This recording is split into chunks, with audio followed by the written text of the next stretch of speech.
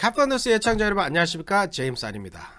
어젯밤과 오늘 아침 LA 일부 지역에서는 비가 내렸습니다. 오늘 밤과 내일은 일부 산간 지역에는 눈이 내린다고 합니다.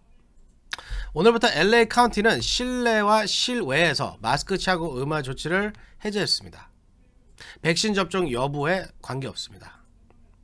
러시아의 우크라이나 침공이 9일째입니다. 러시아군이 유럽 최대 원자력 발전소를 공격해 전 세계가 공포에 떨었습니다. 다행히 방사능 유출은 없습니다. 한국에서는 대선 사전투표 첫날 역대 최고의 투표율을 기록해 뜨거운 대선 열기가 나타나고 있습니다. 캔자스 고교에서는 오늘 총격 사건이 있었습니다. 다행히 사망자는 없었습니다. 이상은 오늘 전해드릴 주요 소식들입니다.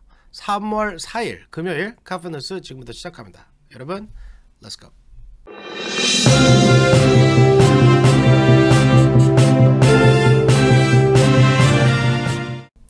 네, LA 카운티가 오늘부터 마스크 착용 의무화를 해제했습니다.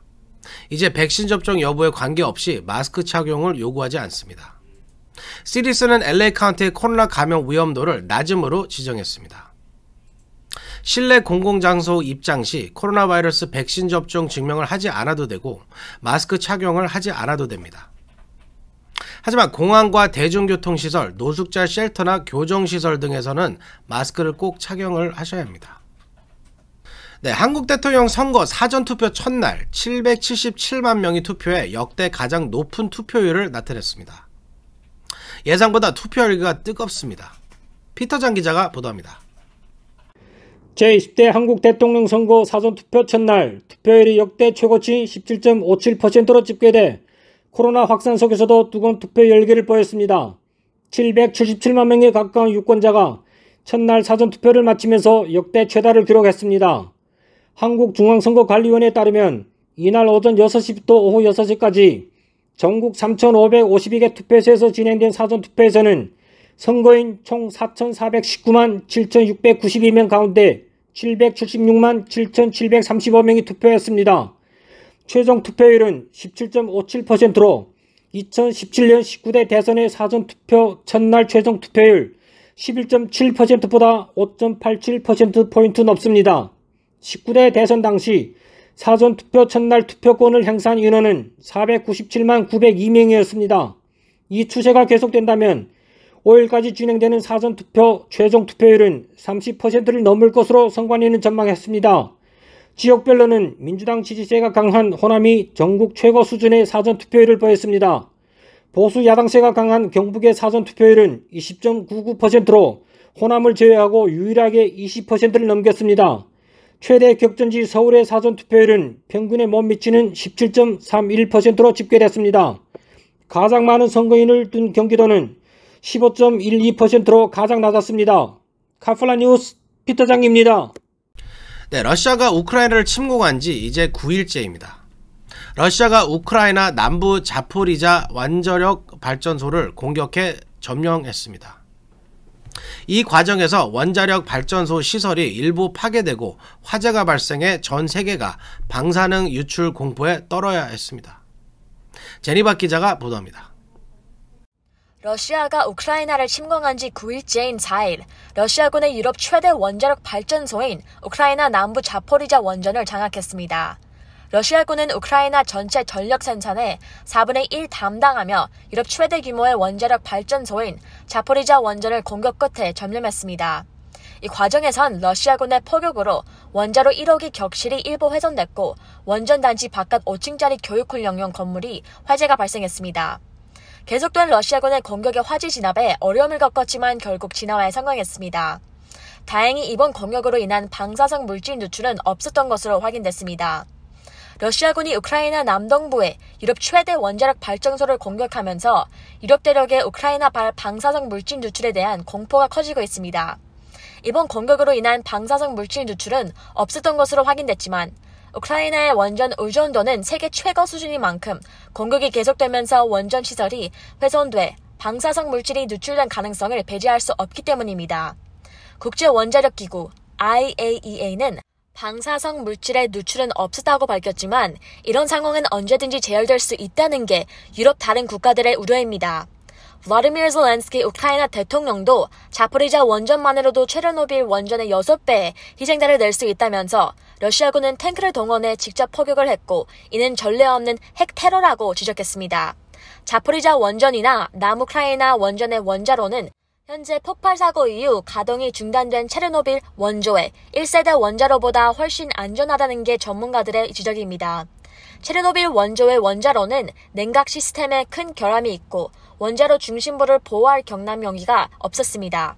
카선 뉴스 전희박이었습니다. 네, 푸틴 대통령의 이번 우크라이나 침공이 자충수가 될 가능성이 커지고 있습니다. 미국과 유럽 등 서방 국가들이 핵폭탄급 경제 제재를 가하고 있어 러시아 경제가 나락으로 추락하고 있습니다. 3주 이상 버티기 힘들다는 관측이 나왔습니다. 제프리 기자가 보도합니다.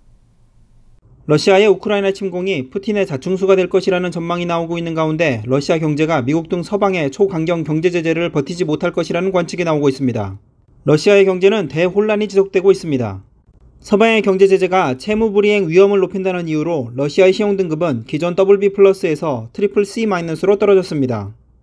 S&P는 채무 불이행 위험을 상당히 증가시킬 것으로 예상되는 조치 부과에 따른 것이라며 추가적인 등급 하락도 경고했습니다. 뉴욕타임스는 푸틴 대통령의 경제 제재를 방지하려는 노력은 했지만 실패했다는 것을 시사한다고 지적했습니다. 무디스와 피치는 러시아의 신용 등급을 투기 등급으로 일제히 강등했습니다. 르블화 가치도 사상 최저치에 도달했습니다. 모스크바 주식시장 거래도 4일째 중단했습니다. 러시아 20대 재벌들의 자산은 우크라이나 침공 이후 800억 달러 넘게 증발했습니다. 주요 글로벌 기업들의 탈러시아 움직임도 확산되고 있습니다.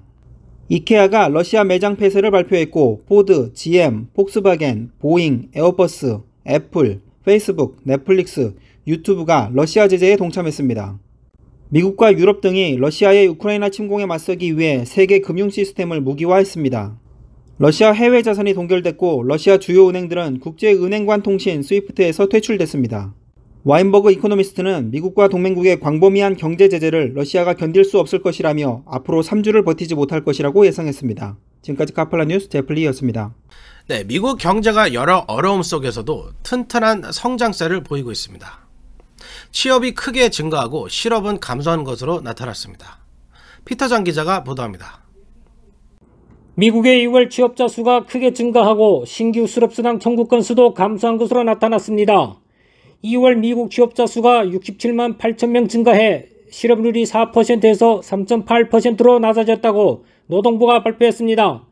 치솟는 인플레이션에도 불구하고 오미크론 확산이 잦아들고 미국인들의 소비 지출이 늘면서 미국 경제가 튼튼해졌음을 보여주는 것입니다. 또 경제가 불황에서 반등하며 실업률 하락세가 계속되고 있는 것을 보여주는 것이기도 합니다. 특히 임금이 오르면서 소비자 지출이 증가하고 있는 것으로 보입니다.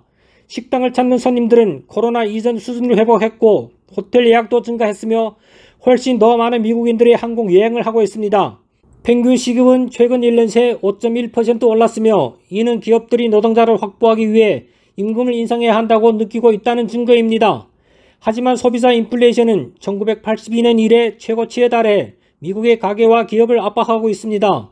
식료품, 휘발유, 임대료와 같은 필수품들에 대한 특히 높은 가격 상승률을 보이고 있습니다.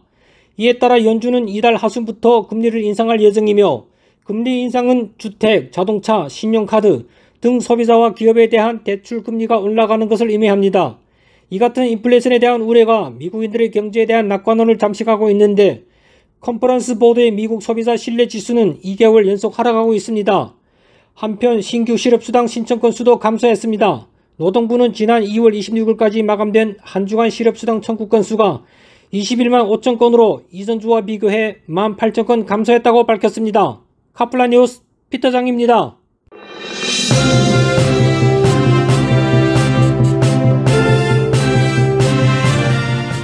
네, 다음 달 라스베가스에서 BTS 콘서트가 예정되어 있습니다.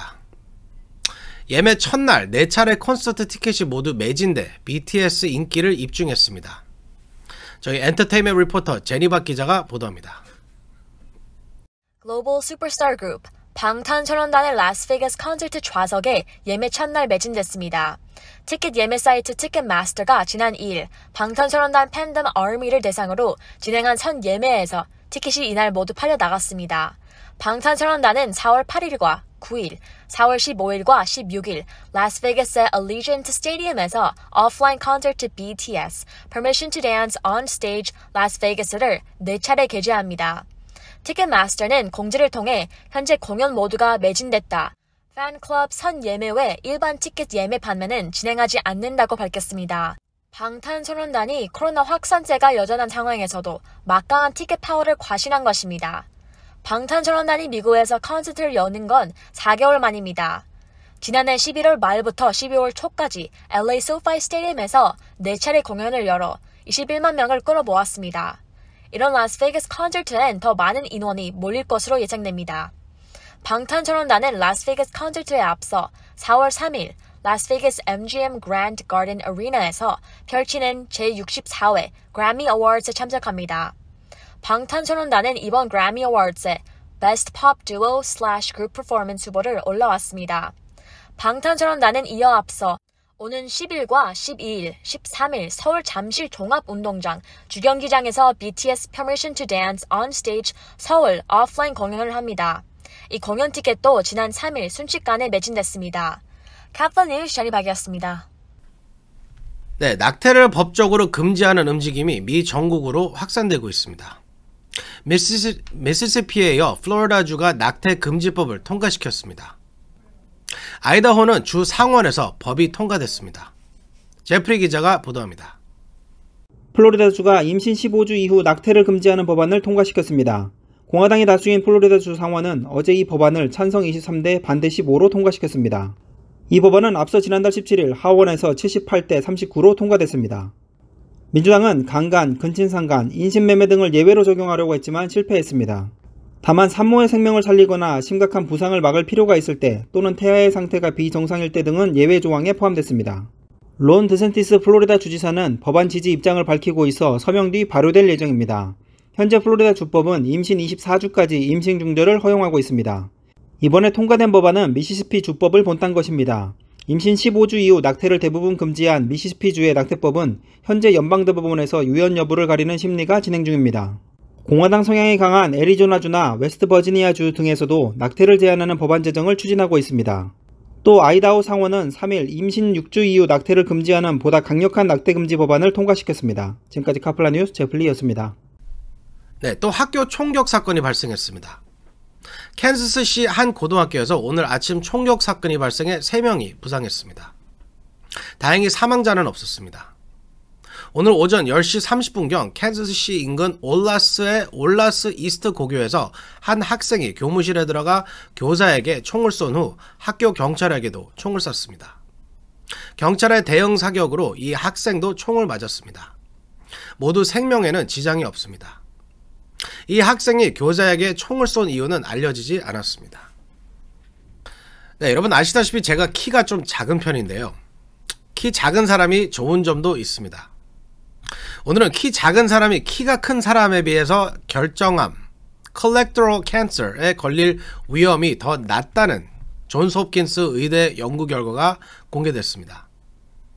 미국 암연구협회 저널 Cancer Epidemiology, Biomarkers and Prevention에 발표된 이 논문에 따르면 신장이 큰 사람은 키가 작은 사람에 비해 결장암 발생 위험이 24%나 높은 것으로 나타났습니다.